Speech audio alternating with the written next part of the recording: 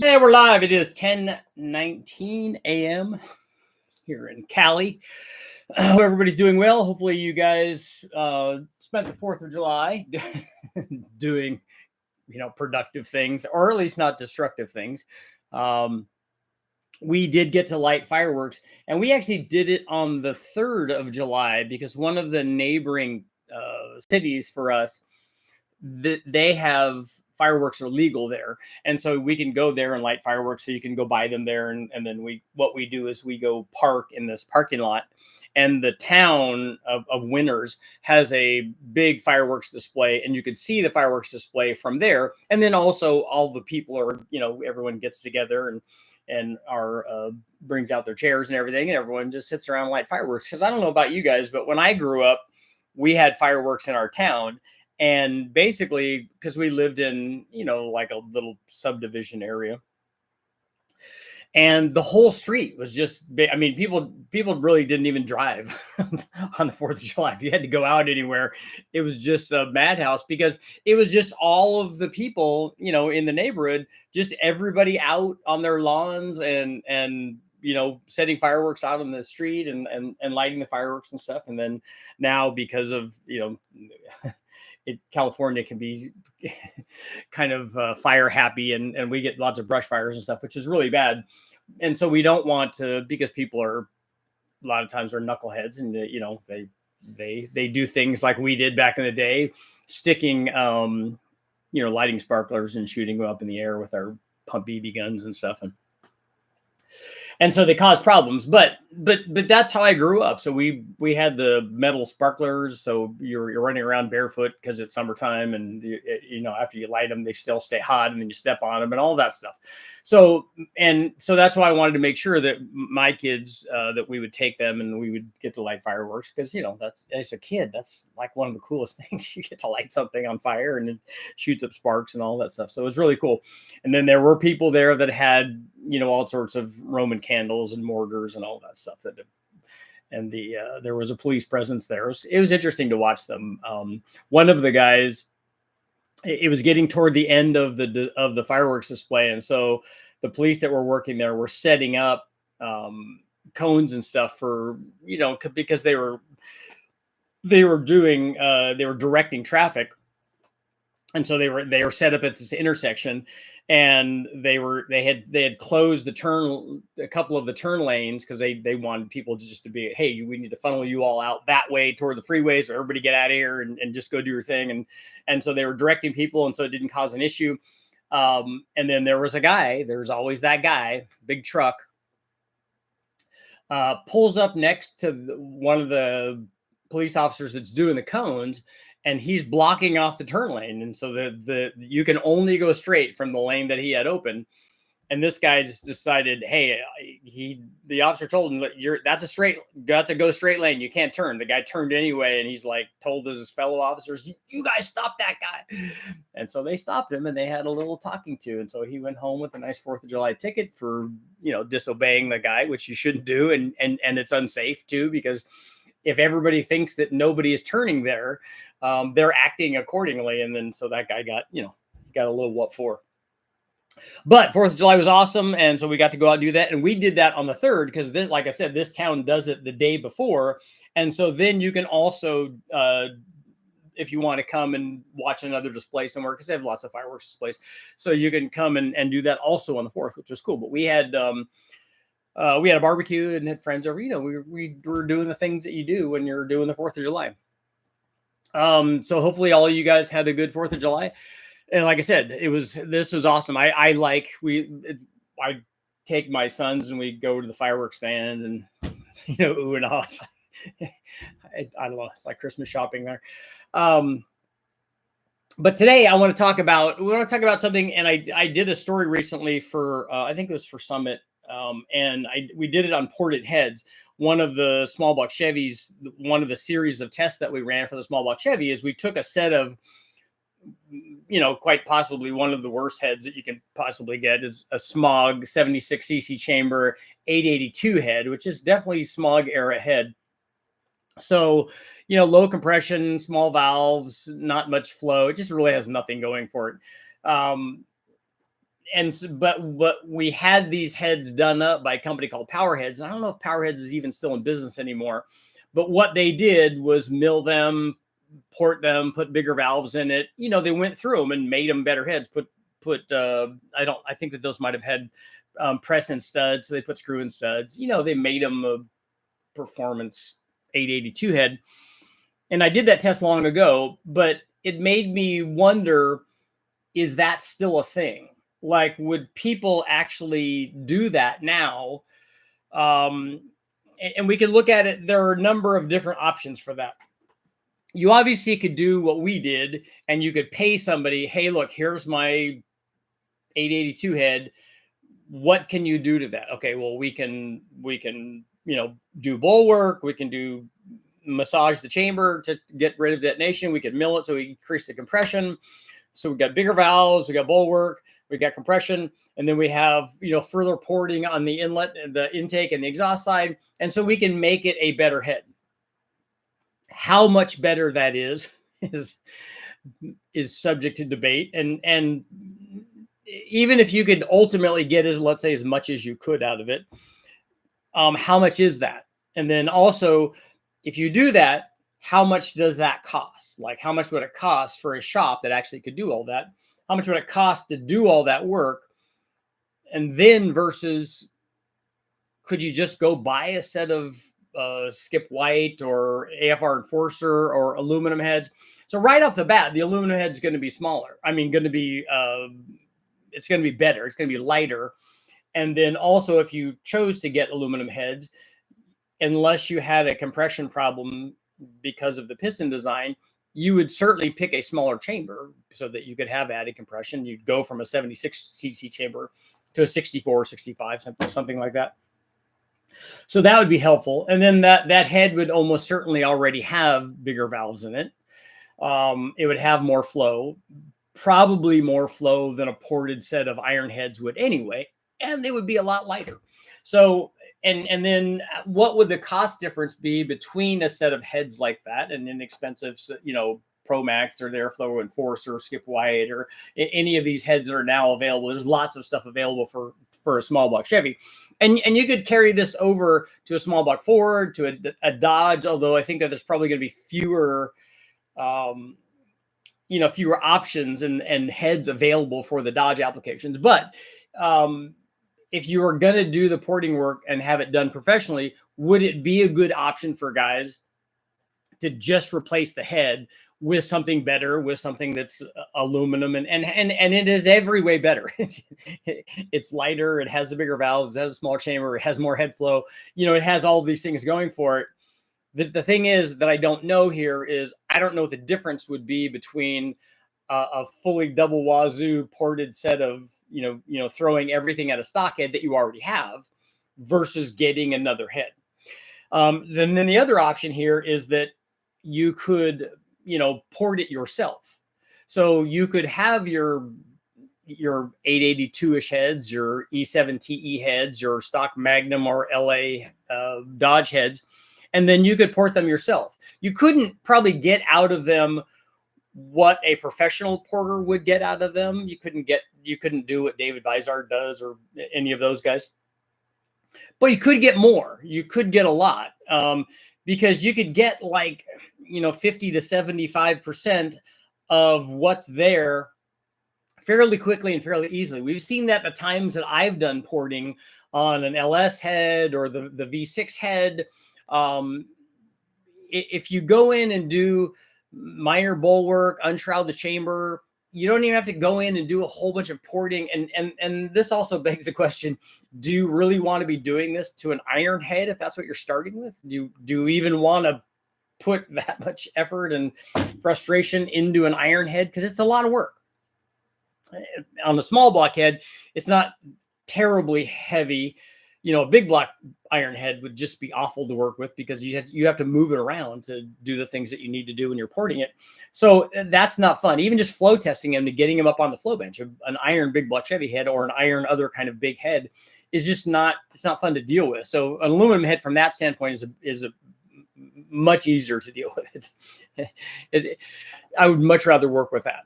But are guys doing this? And then if we have the aluminum head option, is that just, would you just rather do that? Even then, because if you're going to port it yourself, the thing is you're going to save a lot of money by doing that, assuming that you have the tools that you need, either an air or electric grinder and the necessary bits, and then a lot of times guys use a vacuum to draw that stuff out. So it's just not getting everywhere, because otherwise it does make a mess if you're not set up to do that. But you can get a lot of the gains, just do it yourself. Just do a quickie deal with some cutters and then some cartridge rolls and stuff.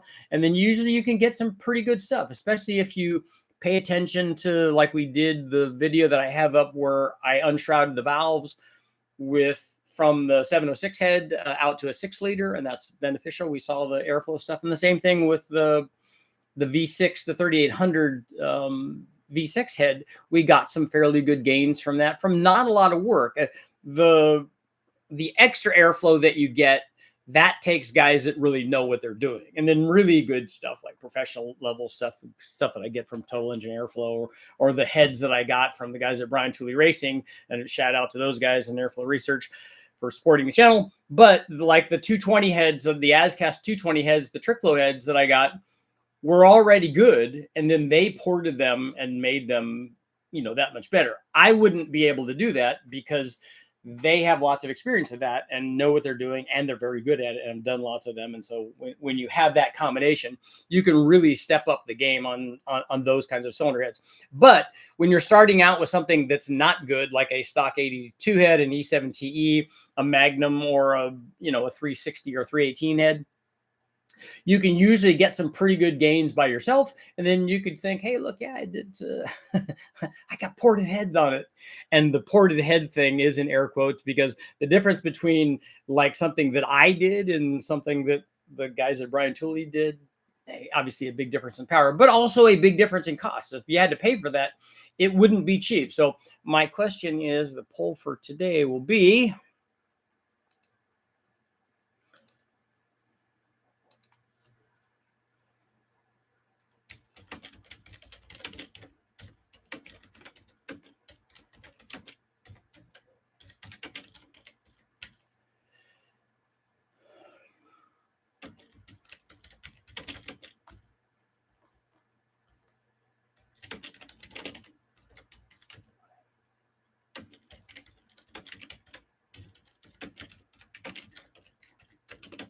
okay, do people still port stock iron heads instead of just buying aftermarket aluminum heads? Is that still a thing? Or guys still, either doing it themselves or paying somebody to do it? See how our poll's doing. See what you guys are going. See what you guys got going on. Are there still extra large shirts to purchase? Yes, I actually haven't received the shirts yet, and pretty soon I'm going to start complaining a lot about my shirt purchase. But there are extra large shirts. We got a lot of those. You've run Flowtech heads on LS3. I've never tried although I think that a lot of those castings are the same. I've run a couple of the non-factory LS3 as cast heads, and they actually didn't do as well as the factory LS3 heads did, which I found surprising, because if you're going to duplicate something, and the same thing with the there were some at Westech, there were some of somebody recast the factory 243 heads, and the same thing, they didn't seem to flow as much as the factory ones did, and didn't seem to make as much power. Yesterday was my birthday. Happy birthday, AJ. I'm in Dallas. There's a bunch of fireworks all over the street, so that's cool. All the fingers and toes. Yep, that's true. It's going to be the poll, Richard. New versus factory ported castings. Yep. Have you run LS3 Flowtech heads before? I haven't tested them. They have done that at Westech, although I'm not sure that they were specifically Flowtech heads.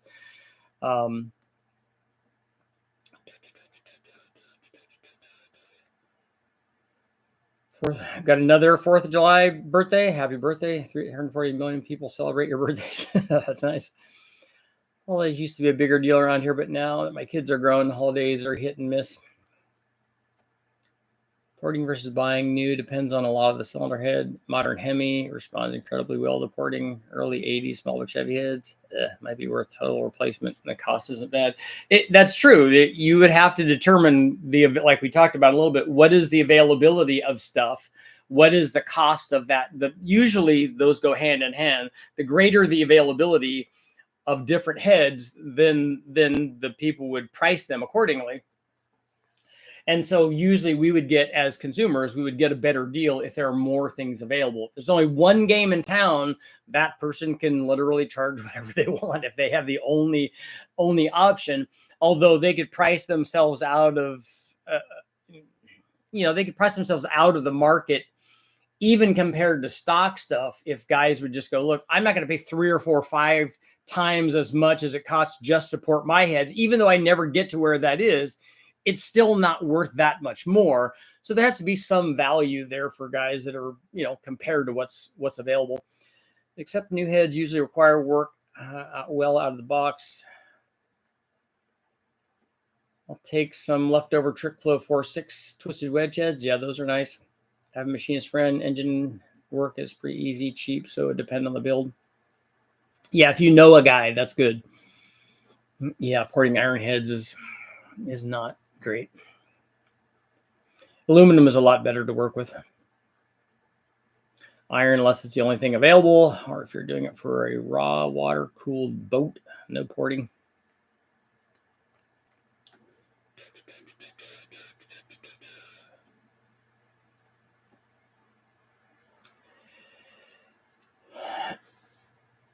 Tommy, I picked up a set of aluminum small box Chevy heads for $300. That's cheap.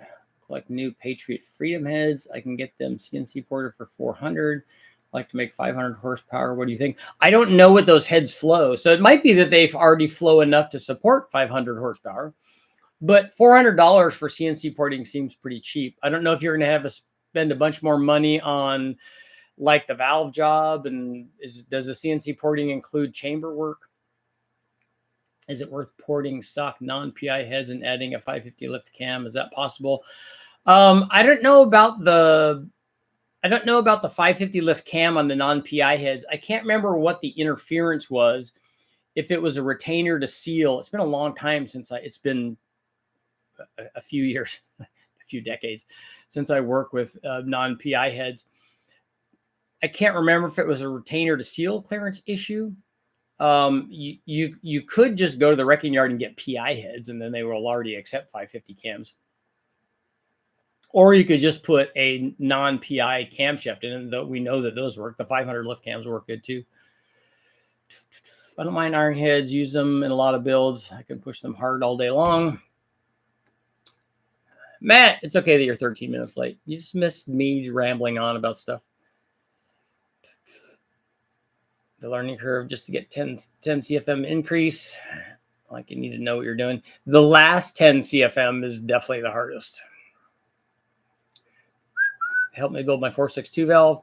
I have lots of 462 valve videos up, so you can take a look and see what things make power.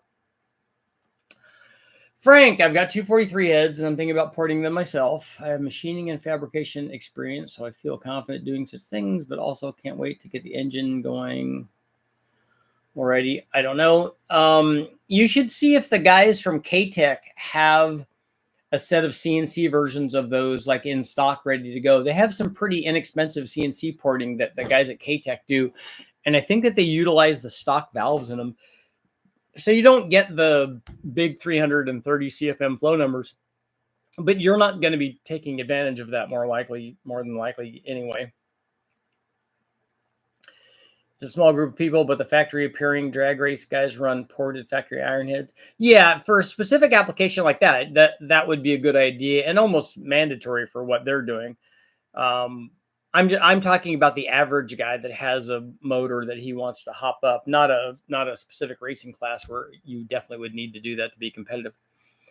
I'm in the process of learning to port heads. I got a stock 416 casting, 305 heads. I only have, let's see, time and materials, Didn't want to damage a high dollar head. Future plans. That's a good way to go, is to just go to the wrecking yard and get a set of heads. And that's one of the things I didn't talk about. Like for the small block Chevy, another option would be just go to the wrecking yard and get Vortec heads, which would be much better than an 882 head. That'd be a big upgrade in power from an 882 head, because it has a smaller chamber to begin with, and it flows better and stuff. AFR trick flow for the win. They both have good heads available for a variety of stuff. How do I make my 706 heads better for my 6-liter if porting polishing isn't the thing anymore? No, a 706 head on a 6-liter will definitely respond to porting. I've seen 706 heads flow over 300 CFM when they're done right. So you can definitely get a lot of power or a lot of airflow from those heads on a 6-liter. At the very least, you should look at my video that I did on unshrouding the valves on the 706 head. And then also look into putting bigger valves in it. Put the valves from the 799 243 heads on it, or 317 heads. Put those valves in the 706 heads. Have a valve job done. Unshroud the valves, and while you're in there, just do a little bit of bolt work, and good things will happen. Pontiac aluminum heads are expensive. I still port iron ones. Yeah, probably the Dodge aluminum stuff is also expensive, I would imagine, right? They won't touch iron heads anymore, but maybe people still home port them. Yeah, no, for a high horsepower build, unless confined to stock castings by rules. For an at-home, dirt cheap overall for a budget hot rod. Maybe a few hours of work is only worth 10 to 15 horsepower, but yeah, 315 is better than 300. That's right. Yeah, and the first, 10 to 15% increase in flow is not that hard to get from a lot of these heads.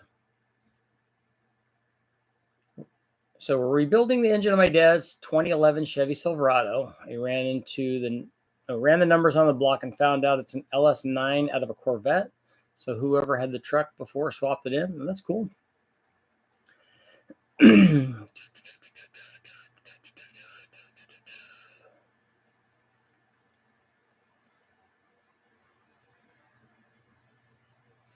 Are Vortec heads worth modifying versus getting something else?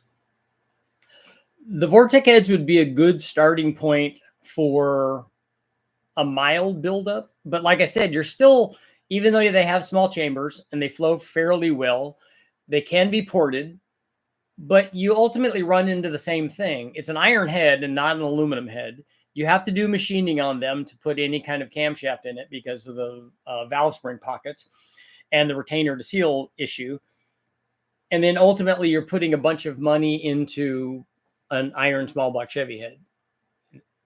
Then you have to look at, okay, how much time and money am I putting into those heads? And then ultimately, what am I going to have versus buying a set of inexpensive aluminum heads? And then is the difference in cost outweighed by the additional benefits that you get? Between putting new guide seats, 2mm oversized valves, and porting a G10 head, I'm probably going to have close to 1,300 in it for 40 CFM on the intake and 30 on the exhaust. 40 CFM on that head is a lot, though. I will check them out. Much appreciated. Yep. Port gasket match. I don't usually do gasket matching only because the gasket manufacturer doesn't know what the ideal port size needs to be on a cylinder head. That's not their job. And so I don't pay much attention to that. I'm in debate of porting a set of 351 heads for a 302 build with a decent cam, mostly because I have the stuff already. If I don't know what year the 351 heads are. If it's a late model 351, then that's essentially the same head as a late model 302 head. And you can definitely get more flow from those by porting, but you can also put aluminum heads on it. 882 heads are not good, very thin casting. I agree, that's not a great head. But we were putting together in that particular instance, I put together a 350 that started out as a base 2-barrel truck motor, if you will. And so that was the head that we selected. We wanted a smog head. We wanted a big chamber.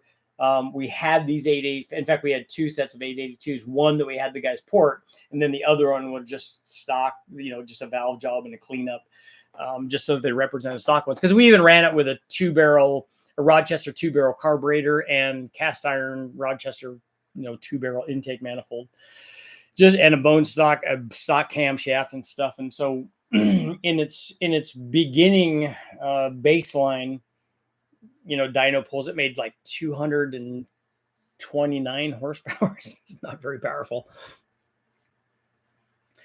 4-deck heads require a different intake. Yep, they do. But there are lots of those available. On a non-PI 462 valve, would you go PI heads and professionally ported or trick flow? If money wasn't an object, I would pick trick flow heads over ported PI heads. Richard, I have a Gen 6 454, 40 over flat tops, gasket matched heads, 3-angle valve job, dual springs on heads, dual plane air gap, cam specs, 235, 243. That's a pretty good size cam. That should work good though. That's the right intake and the right carburetor. That's enough camshaft to make pretty decent power. I don't know if you have a flat top piston, does it have valve reliefs in it too?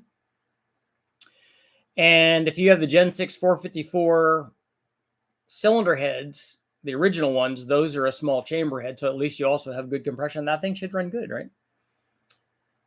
I'm from Washington State, and you're the only one who can answer my question. So if I buy PI heads from a junkyard, you're telling me that I can run a 550 cam. It's just like that, or do I need to do springs?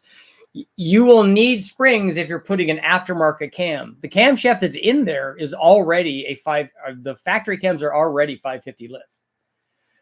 The PI cams are.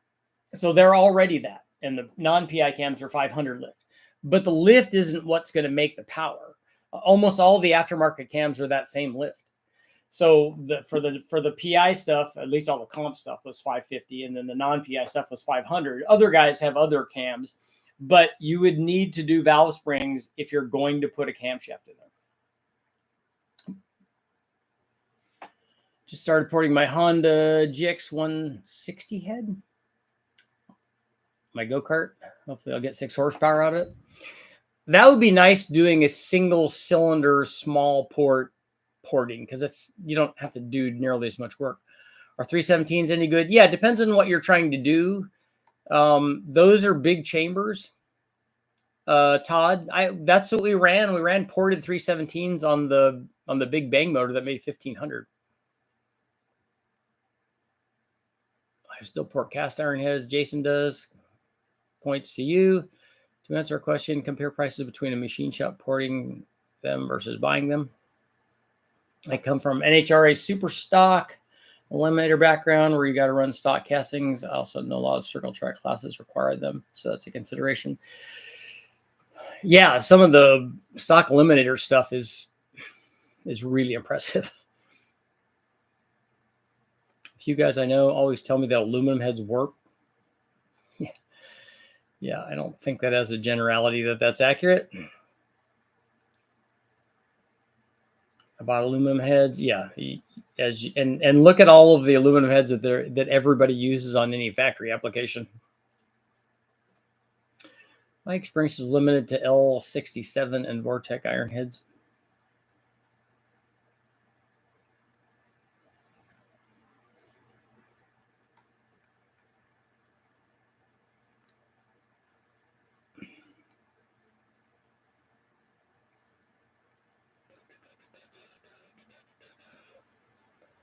I'm discovering the Pontiac head cost issue too. Got a 76 Ram Prix with a 404 barrel. I'm looking for a set of 16 or 64 heads, something like that. They're not cheap. I have 3 sets of Pontiac heads that I'm trying to sell, but I can't remember what the numbers were. I don't think that in any of them were the ultra desirable ones, but let's see here. I had a couple of 6X heads, which are like the later 454 heads. And I have one set of, I think that they're 46s.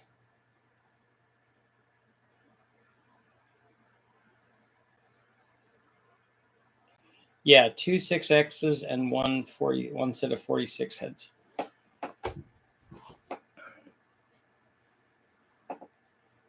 Used aftermarket small block Chevy, small block Ford stuff is cheap these days. All the aluminum head miss. Iron heads do run hotter, might make more power. Looking at 302 roller, practicing on junkyard pieces with $2,000 pair assembled seems more feasible. And on the 302 Ford stuff, same thing with going to get the iron Vortec heads for a small block Chevy. You can also get the GT40 heads from the Explorer stuff, and you'd be starting with a better head. And then that head also responds to, the minor porting that we're talking about. There's no reason to port iron heads. Promax heads are $1,000 and flow 280 CFM. That's a good amount. I'm running the Vortec heads on the Gen 6 454. Porting heads that you already have is always going to be cheaper. I'm going to be porting some 305 HO heads. Cool. So is the motor an L69 then? Is it an original 305 HO motor? Intake and exhaust porting. Yes, you should do both.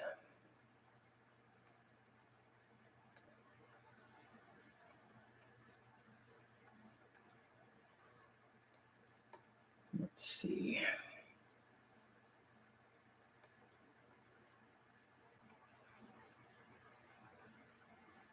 Frank, send me an email and I can send you photos of the Pontiac heads if you're interested in the Pontiac heads.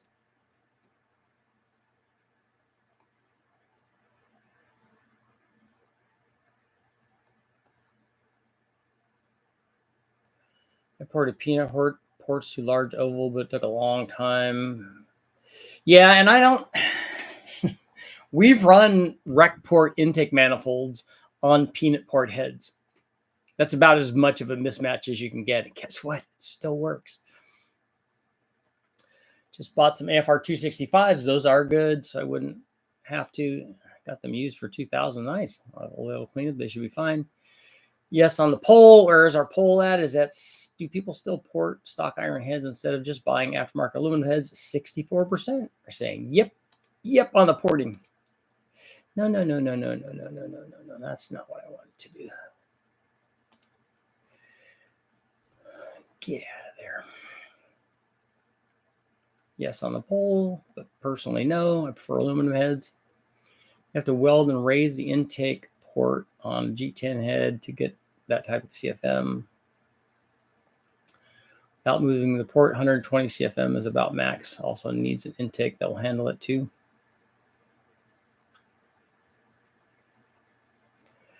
What are the heads you have for sale for the LS? I don't have any anymore. I already sold them.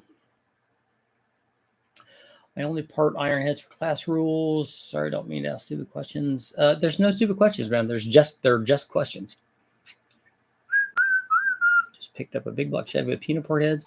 I've done some testing on ported peanut port heads, and you can get pretty good power from this. ET, yeah, Jeff, what's going on, man? Speaking of iron heads, what is the latest news on the DZ402? I think I'm going to use 186s on ours. I have 461 heads for it, and I also have a set of trick flows for it, so that should be coming up pretty soon. Would it be worth it to have 862s on my LMG ported, or would my money be better spent on something else? It depends on what you're trying to do, but I don't know what power level you're trying to get to. To hear a noise chop, I would need to go bigger than 550. The lift isn't going to make the motor chop. The power is not going to come from the lift. The power is going to come from the duration. How about 823 heads for an LS9? Yeah, those heads work. About a whole small block 350 with the Speedmaster aluminum heads and a roller cam for $700. That's cheap.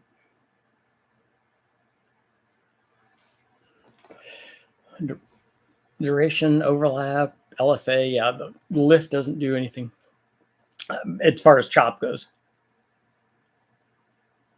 Picked up a set of C casting Oldsmobile big block heads recently. I don't know. I have no idea what that even is. I know nothing about Oldsmobile head castings.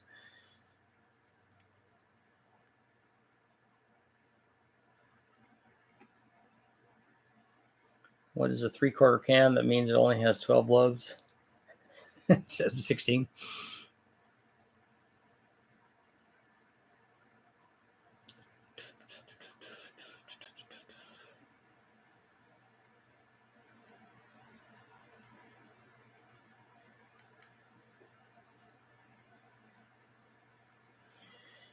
Have you ever done a test to determine how much extra valve spring you need to support roller rockers on an LS? Yeah, we have done. I don't know what the minimum is, but we have done rocker tests with stock springs and then put springs on it to cure the eventual valve float. But I don't know how much less spring we could have run. And then also the thing that's also going to determine that is not just the weight of the rocker. Are you changing the ratio of the rocker? And then what's the stability of the cam?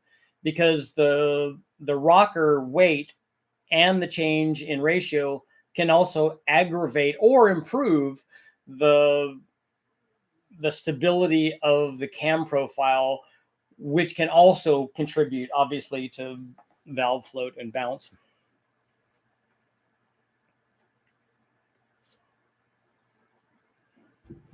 I have a 450 casting 305 Chevy head I've been messing around with. It's flowing 290 CFM. That seems like a lot for a stock casting.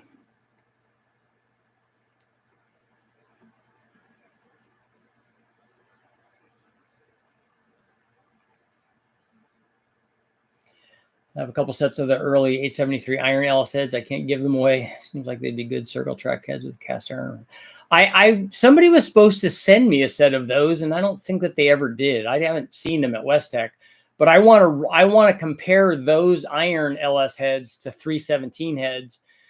I think that that's as close as we'll get to an iron versus aluminum head test, because the guys at Engine Masters, Freiberger has tried to do that a couple of times, and they can never get heads that are the same. They can never get iron and aluminum heads that, other than the material, that everything else is the same, where the valve size is the same, the port's the same, the chamber's the same, all that stuff. They tried to do it, I think, with iron and aluminum dart heads. But I remember talking to Brule about it. He said, yeah, they're supposed to be the same, but they're not. The port volume is different. The flow is different. He said there's a bunch of differences between the heads, irrespective of the material. And we just wanted to see that. And so I haven't seen a test where it's been an actual thing where the head is the same. One of them's iron, one of them's aluminum. We run it with, whatever the maximum timing value is that these things want, and see what the change in power is. Honestly, I don't think an iron head's going to make more power when they do that. But I would like to test it and see. And I think that if those iron LS heads are as close as I think they are to 317 heads, that might be as close as we can get.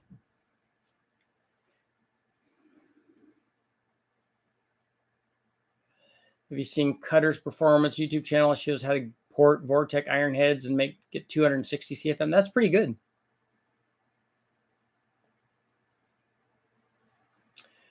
When I got my Edelbrock heads, they recommended a stronger spring with a roller cam. Yeah, a roller cam, either a solid roller or a hydraulic roller, both need more spring rate than a flat tappet cam does. Not only do they need more, they will take more, because if you try to put a bunch of spring rate in a flat tappet cam, it can be hard on the lifter and cam interface. I figured out my 302 had the wrong cam. It was a non-HO out of a T-Bird. It was the wrong firing order, so I'm swapping in a new cam this weekend. You can also just rearrange your firing order if you just want to run the cam that's in there, if it's a decent cam. Do Gen 6 heads fit a Gen 5 454? They do, with the right head gasket. That's a good upgrade actually for a Gen 5 motor, because the Gen 5 motor has 120 cc chambers, so it's a big change in compression, and a pretty sizable change in flow from the Gen 6 Vortec head from the peanut port head, which is probably on your Gen 5. But if you don't have enough cam to take advantage of, enough cam lift to take advantage of where most of the extra gain is, then it's less than you would imagine. But it's definitely going to have a change. I mean, it's almost 20 cc change in the port volume. Any 462 valve PI heads for sale? I don't have any PI stuff.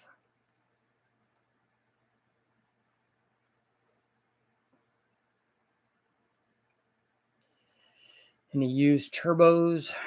I might have some turbos.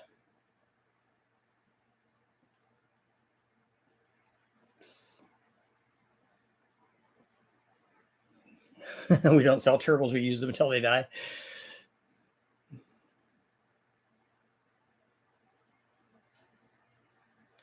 Richard, do you send out tracking numbers for the cam and t-shirt orders? I do. I haven't sent any t-shirts out. I've sent all of the cams out except for one. So all the cam orders have shipped. I've shipped the cams separately from the shirts because I just haven't got the shirts yet. And unless they get here fairly quickly, I won't be using this company again.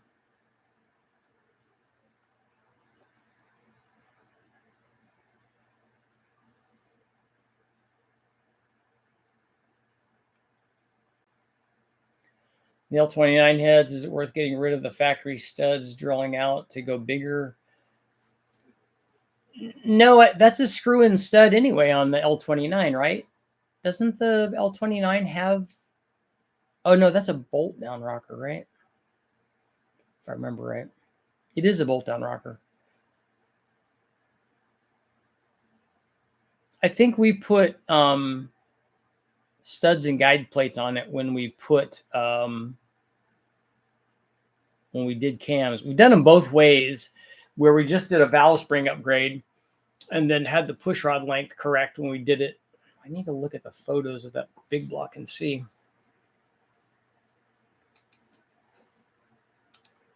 Let's see here. My pictures, photos, big block Chevy. Big Hero 6. Let's see, here we go. Yeah, it has factory guide plates, right? Let's see here. Yeah, it does. And then it had bolt down rockers. Yeah, so we've done that both ways. And those were small push rods too, but we didn't have any issues with that in the RPM range that we were running this thing at. I think it made, well, did it make peak power fairly early, like 45 or 4,600 RPM. It wasn't making a whole bunch of power. And then when we put the cam in it, it made peak power all the way out at, I don't know, like 53 or 5,400. Just really revving it out there. The 600 lift okay for an LS? Yeah, it is. There are lots of camshafts that are near 600 lift. You don't need to have it there, though. It depends on what you're trying to get done. So I would not look at one specific aspect of the camshaft. If you just tell me how much power you want to make and what your motor is, I can tell you what cam to put in there. Just looking at the Truck Norris Stage 1 with the lifter kit. Yeah, the Truck Norris is a good cam. Brian Tooley has good stuff. But I have cams for sale too if you're interested. They're pretty inexpensive.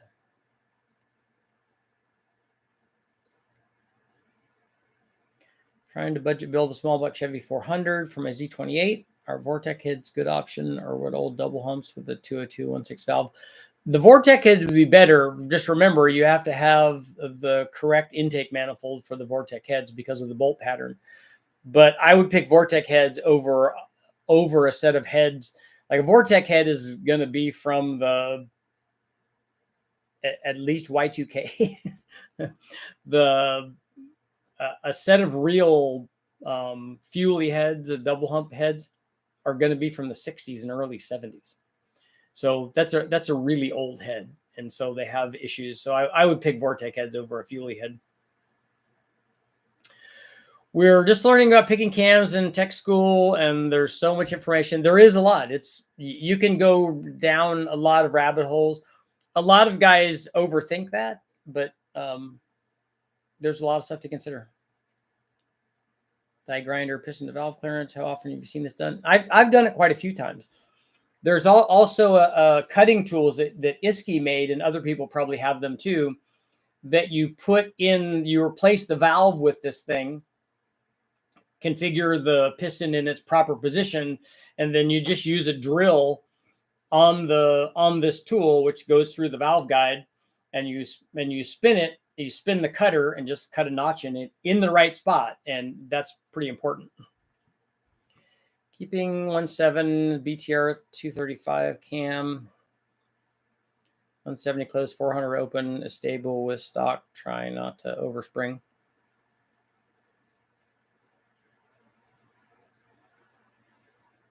Uh, 170 and 400 should be fine. If the cam itself was stable to begin with, that should be fine for rockers. I don't know how much RPM you're running.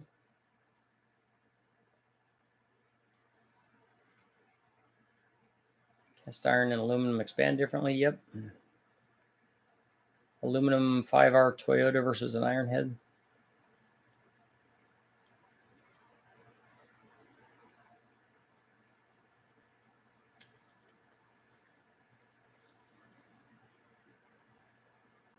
.400 76 engine has 6 X's, but their 101 are 111 cc chambers, and they have a 7.621 compression. Yeah, that's not good.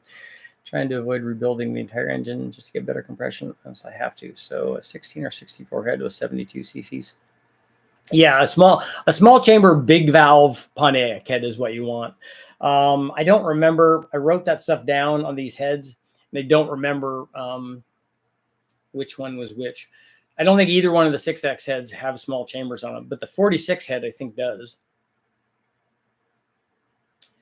I have a question. Have you ever heard of ETP 225 cathedral port heads? I haven't. I'm not familiar with that. Do you think I should replace my 862s because I'm on a budget, but at the same time, I don't want to cheap out and get the most torque for my money?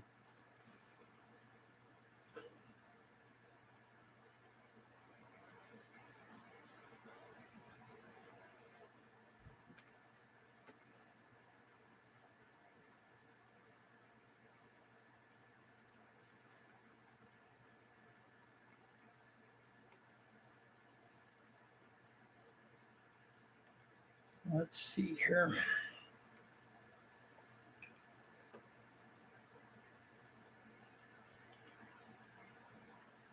What horsepower could be squeezed out of an LS9 if you built it properly? Are you talking about one with the factory blower? The factory blower ultimately is going to be the limit of that LS9. You can only spin it so fast, and then it depends on what you do to the inlet side. Are you porting the blower? Are you porting the discharge side of it? How much cam do you want to put in it? All of that, but ultimately that factory blower would be the limiting factor. Have you tried out EFI Edelbrock Performer 5.0 intake? Any good on a stock E7TE head? That intake will be better than a factory HO intake manifold, but the gains are not going to be dramatic because you have everything else holding it back. The stock heads specifically. And then I don't know if you have a camshaft in that or not.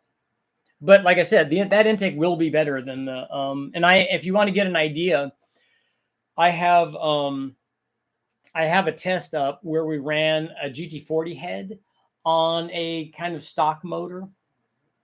I think we picked up like 15 or 20 or something from just the cylinder or from the intake manifold, but with stock heads and the stock camshaft. And that's probably where you're going to be at on that. Mike, thank you. Where are your cams listed for sale? They're only for sale here. If you're interested, send me an email and I can give you the information on it. I'll put my email address down here in the comments.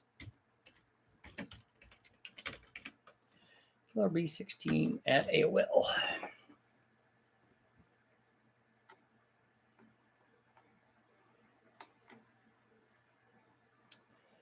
Shift point is 7,200, but coming into a turn, it seems 7,500. What intake manifold is on that? Running a 327 to 6,500.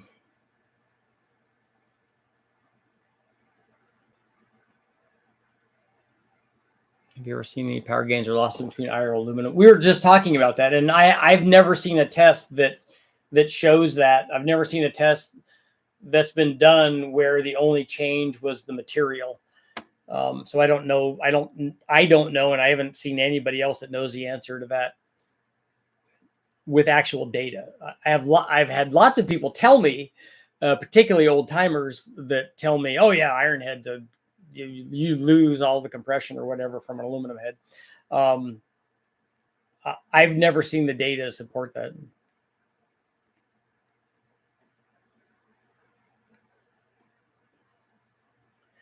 Pontiac high compression head, 62, 16, 13, 670s.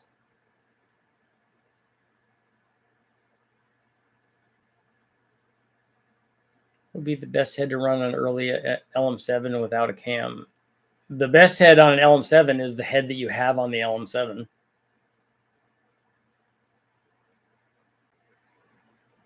Tim, didn't I answer your email? Oh, I didn't answer it. That was about the percentages, right? I thought that you were asking about, you were saying that you missed out on getting a 10% thing. And then in your email, you said that you had 2 different sources for that. So I didn't know if you were combining those or what the setup was. I know I'm wrong because the internet says so, but stock LS with a small turbo and 10 pounds is as good as it gets for anything with tags, and it only costs $1,000 or $2,000. I don't. Are you asking if that's a good combination? Because any stock LS with a turbo on it's a good combination.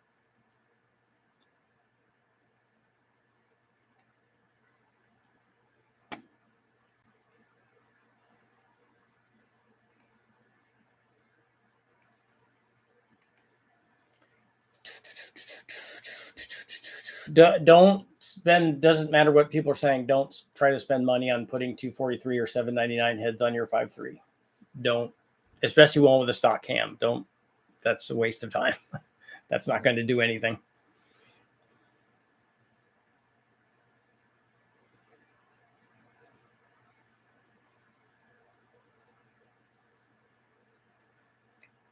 Scotty, what's going on? You have to port your own cast iron heads. There isn't a pro left that touches cast iron heads.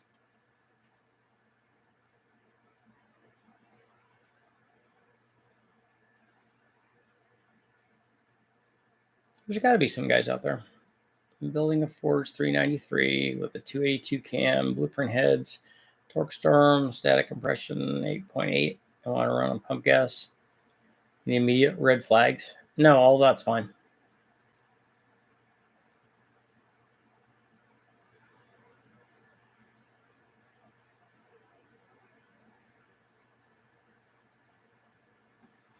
Back to 5-liter all cam firing order, so it wouldn't matter with a mass air car. I just couldn't get the thing to idle.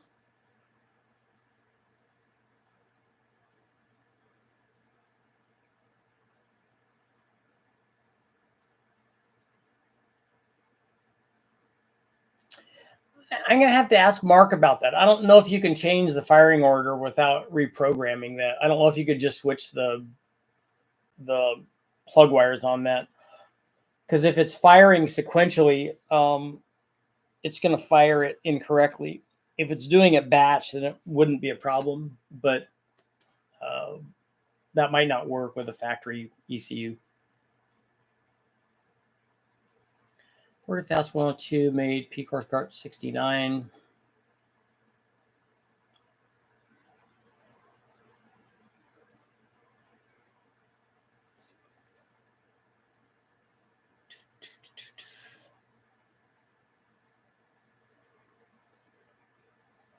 LS9 is NA. We know next to nothing about it. Thought it was a 6.2 LS3 until we saw the numbers on the block.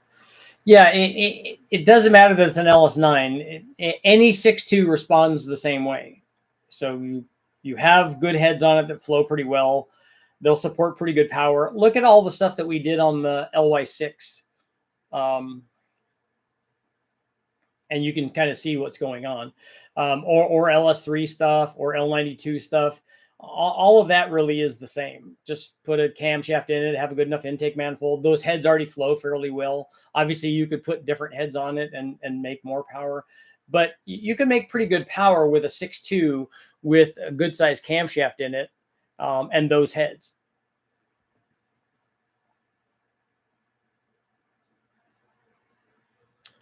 Cast iron takes double, triple the time to port correctly. Last head Ponic V8 iron heads I poured in and performed my own 3-angle valve job. Had 120 hours. Wow, that's a lot. If you rewire, worst you get is false air reporting, cylinder reporting wrong. Per bank fuel trims.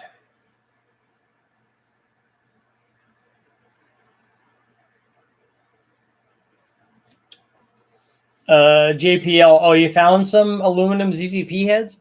Yeah, 3,500 is not cheap.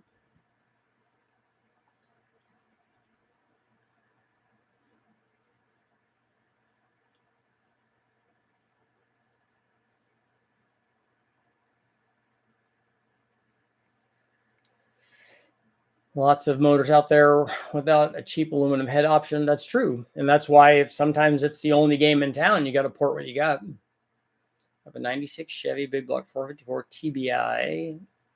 It's a 96 and it's a TBI. I'm getting fuel and spark. No.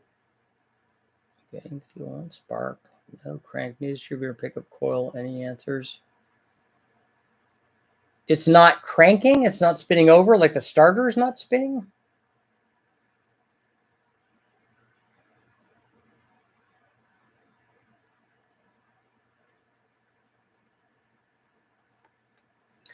Thinking about getting some AFR heads and a BTR stage 4 cam for my 4th gen Camaro. Is this an LS3? And you can swap the heads. An Airflow Research LS3 head, if that is indeed an LS3, an Airflow Research LS3 head is one of the best that you could get. So those are a yes. If you have a motor that will take advantage of that, and you're putting a big camshaft in it and all that. If you're not, if it's going to be a daily driver kind of thing, then I wouldn't swap them. I wouldn't buy the heads.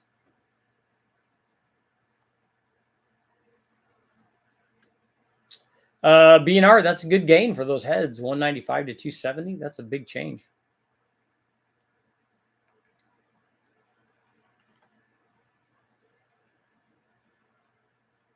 Yeah, JPL, there's still guys out there doing iron heads.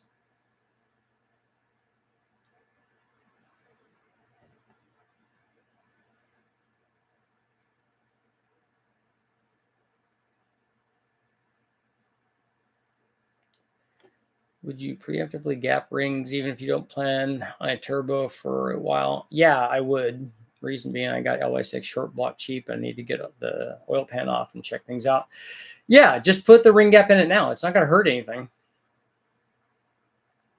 It's an RV, it cranks, but it doesn't start. Okay, so it spins over, and you've checked to make sure it needs 3 things to fire. It needs fuel, it needs spark, and it needs compression.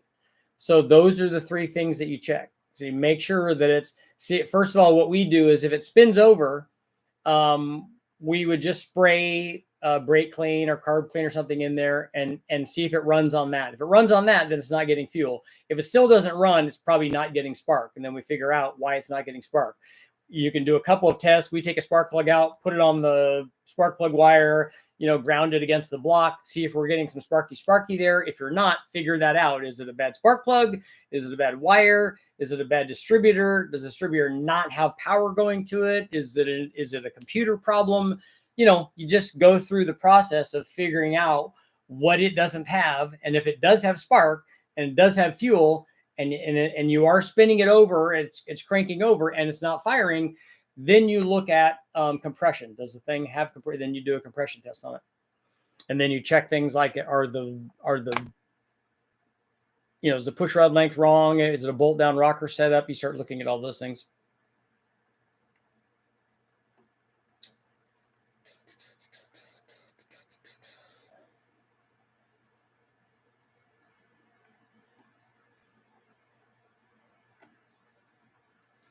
Using sequentially fire, you must have the correct firing order. Yep.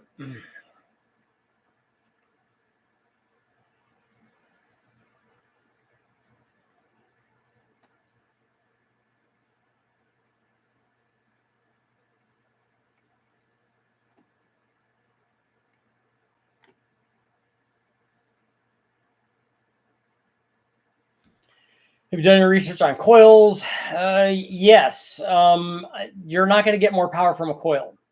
The only thing that you get power from on a coil is if you cure a misfire problem. And I'm not talking about 1 horsepower, 2 horsepower difference or whatever. I'm talking about making power. So if you have a misfire and you cure the misfire, you can make power. But if you have a coil that works, like we've run the factory coils to 1500 horsepower. So if you are, and these were the LS3 coils, and those are the ones that I like. So if you have those coils and you have the ability to adjust the dwell on them, which we do on an aftermarket ECU, and we adjust the plug gap and 1500 horsepower, 1300 foot-pounds.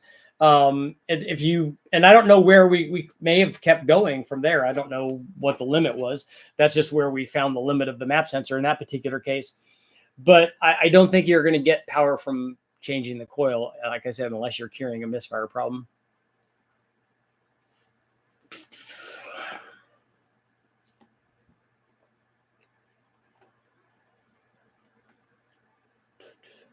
Please find me some cheap Chinese heads for a Buick 3.8 or 455. Yeah, that's not going to be there.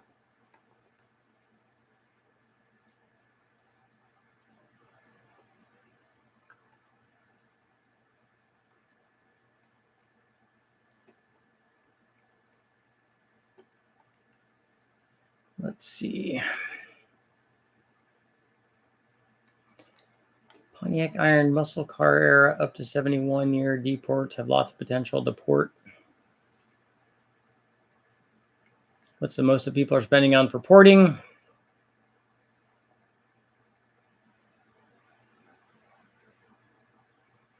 What's the largest big block Chevy you've seen? They've run some really big ones at West Tech that are, but they're altered bore spacing though. They're custom blocks and stuff.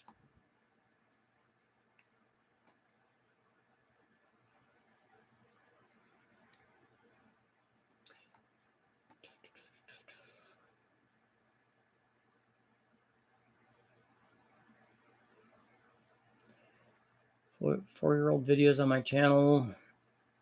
3-angle valve job on the Pontiac heads. That's cool.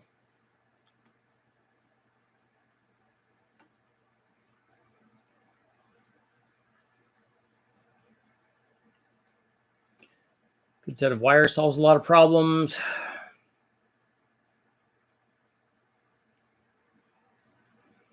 Yeah, BNR. That's the thing that worries me, and that's where the experience comes in when guys try to get to the last 3 or 4%, to the nth degree, the last 3 or 4 CFM, let's say.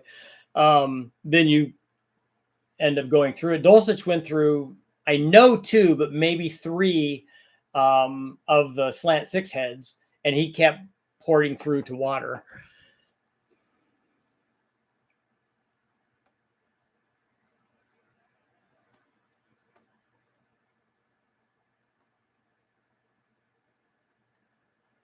I also didn't say not with the offerings. Obviously, if you're spending the money on building 3.8 or saying a 500 caddy, then yeah, port them.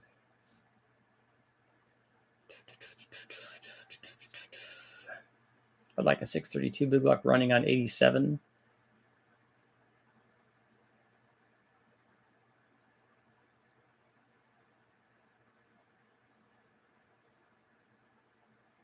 I did it with the guys on V Factor, Chad Spire Racing. I've heard of those guys.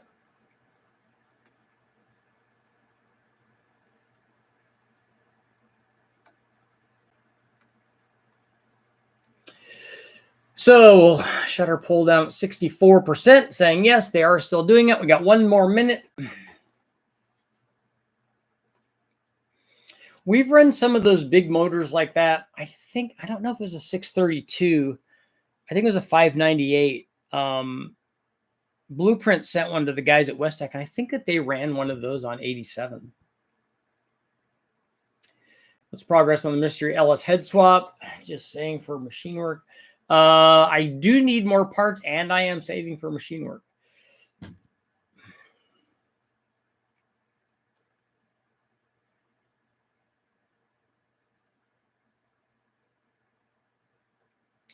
Ran the visor formula for my Pontiac 400. Came up with a lobe separation angle of 107 and duration of 280.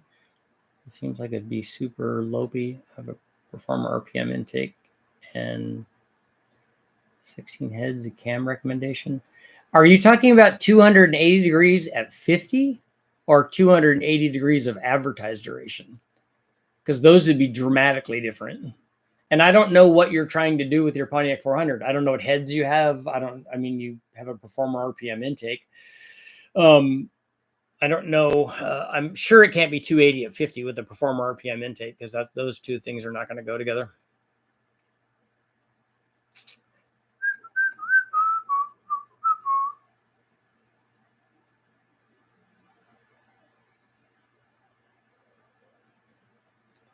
I've not ported my 1970 Trans Am Rammer 4 heads.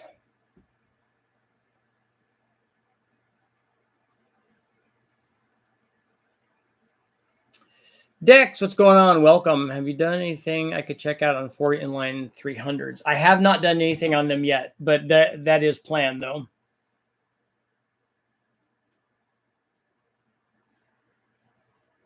I'd like to port a set of 454 Vortec big block Chevy heads. Lots of potential. I'd like to see that done. I would like to see somebody to see what those will get. And on that note, my GM rockers. On that note, it is time to go. I will see you guys all later.